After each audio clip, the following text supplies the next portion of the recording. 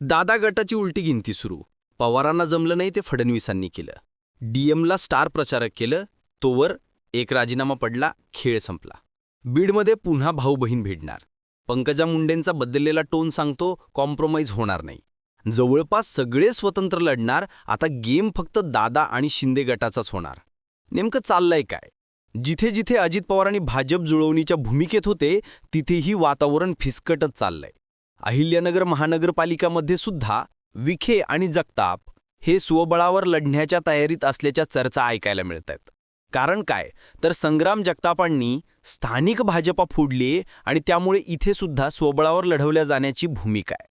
मावळात फक्त तळेगाव दाभाडेसाठी युती झालीय.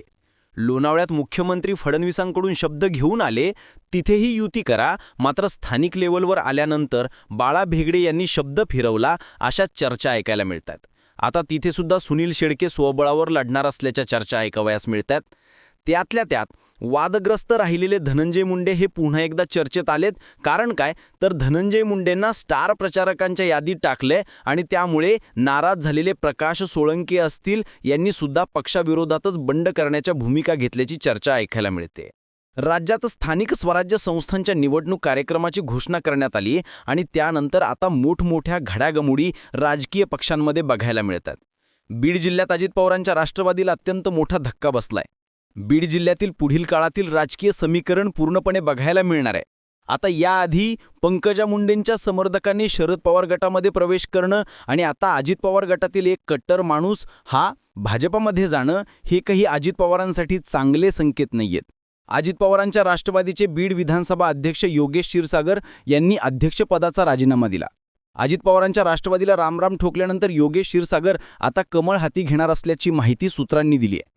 स्थानिक पातळीवरील निर्णय प्रक्रियेत सातत्यानं डावलल्यानं राजीनामा देत असल्याचं त्यांनी स्पष्ट केलंय. अजितदादांच्या राष्ट्रवादीची बीडमध्ये मोठी ताकद बघायला मिळते. मात्र निवडणूक तोंडावर असतानाच राजीनामा सत्र सुरू आहे. बीड नगर परिषद निवडणुकीमध्ये क्षीरसागर आणि राष्ट्रवादीच्या इतर नेत्यांमध्ये दुमत निर्माण झालंय. जागा वाटपावरून योगेश क्षीरसागरांनी स्वतंत्र आघाडी तयार करून नगर परिषद निवडणूक लढवण्याचा निर्णय घेतला होता. स्वतंत्र आघाडी ही भाजपसोबत युती करून लढणार असल्याची माहिती होती.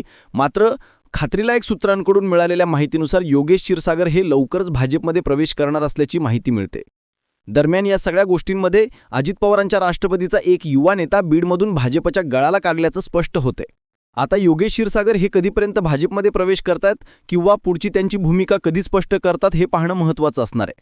पण याही पलीकडे जाऊन सांगतोय, आताच्या घडीला 12 तारखेला राष्ट्रवादीची सुप्रीम कोर्टामध्ये सुनावणी पार पडली. या सुनावणीमध्ये कपिल सिब्बल यांनी युक्तिवाद करण्यासाठी 2 तासांचा वेळ मागितलाय आणि त्यानुसार त्यांना पुढची तारीखसुद्धा देण्यात आलेली आहे. एकीकडे आता राष्ट्रवादीची सुनावणी सुप्रीम कोर्टात होताना दिसते. अजित पवारांनी पक्ष फोडल्यापासून फार काही अजित पवारांच्या पक्षातील आमदार खासदार वळवण्यामध्ये शरद पवारांना यश आलं नव्हतं. लोकसभा निवडणुकीत एकटे निलेश लंके सोडले तर असा कट्टर कोणीही ताकदीचा नेता शरद पवारांना वळवता आला नाही. मात्र भाजपनं आता सरसपणे एकनाथ शिंदे गट असो किंवा अजित पवारांच्या पक्षातील काही माजी आजी आमदार असो यांना फोडण्याच्या भूमिकेत अग्रस्थानी क्रमांक मिळवला. आता या सगळ्या भूमिकांमध्ये एकतर कळून येते की भाजपा हा अजित पवार किंवा शिंदे यांच्या पक्षाला कुठलंही वैर घेऊन फोडणार नाहीये, तर त्यांचेच आमदार किंवा आपण तिकडे पाठवलेले आमदार हळूहळू आपल्या बाजूने वळवून, कार्यकर्ते हळूहळू आपल्या बाजूने वळवून 2029 पर्यंत शिंदे आणि अजित पवार गटातील अनेक मातब्बरांची ताकद कमी करणार आहे आणि एकनाथ शिंदेचा पक्ष हा खिळखिळा करणार आहे. असो, या सगळ्या जरी चर्चा घडत असल्या तर या चर्चांमध्ये तथ्य इतकंच आहे की फोडाफोडी जोरात सुरू आहे.